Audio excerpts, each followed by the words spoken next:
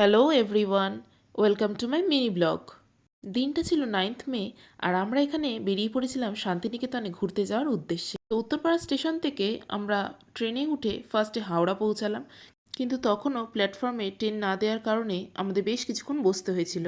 Finally প্ল্যাটফর্মে 8:55 কলিকা এক্সপ্রেসের দেখা মিলল এবং আমরা তাতে উঠে পড়লাম। ট্রেনে ওঠার বেশ কিছুক্ষণ পরে আমরা ব্রেকফাস্ট সেরে নিলাম এবং নিজেদের মধ্যে গল্প করতে করতে আমরা পৌঁছে গেলাম যাত্রার অন্তিম লগ্নে।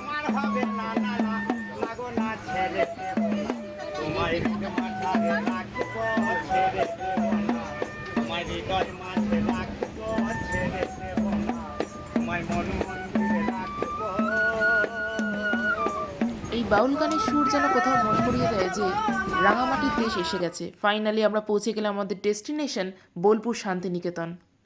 স্টেশন থেকে বেরিয়ে এসে বেশ কিছুক্ষণ ওয়েট করার পর ফাইনালি একটা টোটোতে করে আমরা আমাদের হোটেলের উদ্দেশ্যে রওনা দিলাম।